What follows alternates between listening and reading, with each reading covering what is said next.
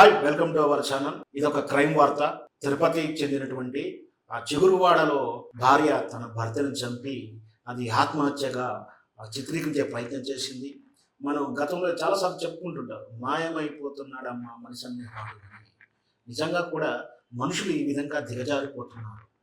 ఇక్కడ భార్య తనకు ఇష్టం లేని పెళ్లి చేశారని, పెళ్లికి ముందే తనకు ఒకరిని ప్రేమించి ఆ ప్రియుడితో ప్రేమ ఆయన సాగించి అయినప్పటికీ ఆ ప్రేమను కాదని ఇంకొక వ్యక్తితో పెళ్ళయిన తర్వాత మళ్ళీ అదే ప్రేమని కంటిన్యూ చేయదలుచుకుంటే నిజంగా కూడా అంతగా ఇష్టం లేని ఆ వైవాహిక జీవితానికి విడాకులు ఇచ్చి తనకు నచ్చినటువంటి బ్రతుకు కోసం విడాకులు ఇచ్చి తనకు నచ్చినట్టుగా బతకడానికి వెళ్ళవచ్చు.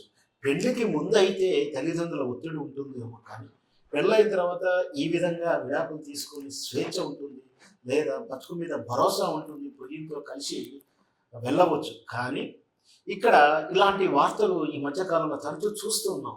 ఈ పెరిగిన నాగరికత వాతావరణంలో పెళ్లికి ముందే రకరకాలైనటువంటి స్నేహాలు, ప్రేమలు, ఇంకా మించి ఆ డేటింగ్ల పేరు మీద రకరకాలైనటువంటి రిలేషన్స్ పెట్టుకోవడం, తీరా పెళ్ళికి మాత్రం వేరే కుటుంబ పరంగా చేసుకోవడానికి ఇష్టపడడం, ఆ తర్వాత మళ్ళీ పాత జీవితానికి వెళ్ళాలనుకోవడం, ఈ వైవాహిక జీవితంలో ఏమన్నటువంటి లోపాలు ఉంటే ఖచ్చితంగా ఇంకెక్కువ ఆకర్షణలోనే పాత స్నేహానికి వెళ్ళడానికి ఇష్టపడుతున్నటువంటి కొందరు మంది జీవితాలు ఏ విధంగా నేర ప్రపంచంలోకి నెట్టబడుతుందో చెప్పడానికి ఇది ఒక ఉదాహరణ. తిరుపతి దగ్గర చిగురువాడలో ఉన్నటువంటి మానస గోవిందుల కథను ఇప్పుడు చూస్తుంటే, మానస క్రైమ్ మెంటాలిటీ చూస్తుంటే, ఆమె తన ప్రియంతో పెళ్ళయి కూడా ఇప్పుడు ఆమెకు పెళ్ళయి కూడా సుమారు 3 సంవత్సరాలు అవుతుంది. ఆయన పాత స్నేహాన్ని వదులుకోలేక భర్తను చంపే ప్రయత్నం చేసింది. ఆ ప్రయత్నంలో భాగంగా రెండో ప్రయత్నంలో భాగంగా ఈమె భర్తను చంపిందని కూడా ఒక వార్త తెలుస్తుంది. ఏదైతేనేమి తన భర్తను చంపేసి ఆర్థిక బాధలతోటి ఆత్మహత్య చేసుకున్నాడే కథను వినిపించింది.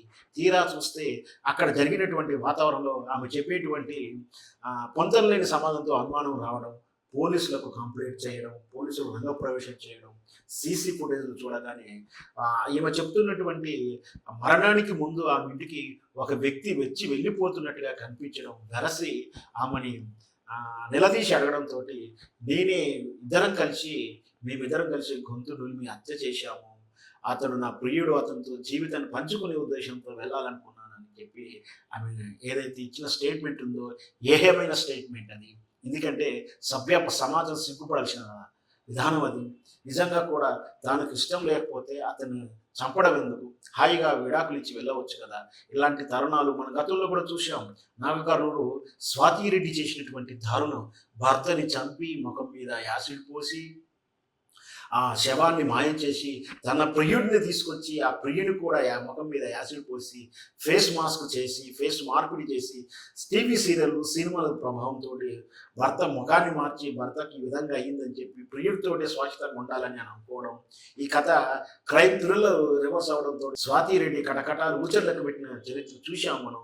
మళ్ళీ అట్లాంటి దారుణాలు ఎప్పుడూ పునరావృతం అవుతూనే ఉన్నాయి. ఇట్లాంటి క్రైమ్ నిజంగా మీరు ఇష్టం లేని వైవాహిక జీవితంలో ఉంటే భర్త కానీ భార్య కానీ స్వేచ్ఛగా విడాకులు ఇచ్చి మీరు ఇంకొక జీవితాన్ని వెళ్ళవచ్చు. కానీ ఇలా నేర ప్రపంచం నెట్టివేయడం వల్ల మీరు నిజమైన జీవితాన్ని కోల్పోతారు. నేరం ఒకసారి జైలుకి వెళ్ళి వచ్చిన తర్వాత లేదా ఆ ప్రియుడి మీదనో ప్రియురాల మీద మోజైపోయిన తర్వాత మీ బతుకు బస్టాండ్ అవుతుంది. కాబట్టి క్రైమ్ చేసే ముందు తప్పులు ఆలోచించుకోండి, చట్టాన్ని పరిధిలోకి తీసుకోండి, మీరు చేసిన తప్పులు తిట్టుకోండి, క్రైమ్ నుంచి అవాయిడ్ అవ్వండి.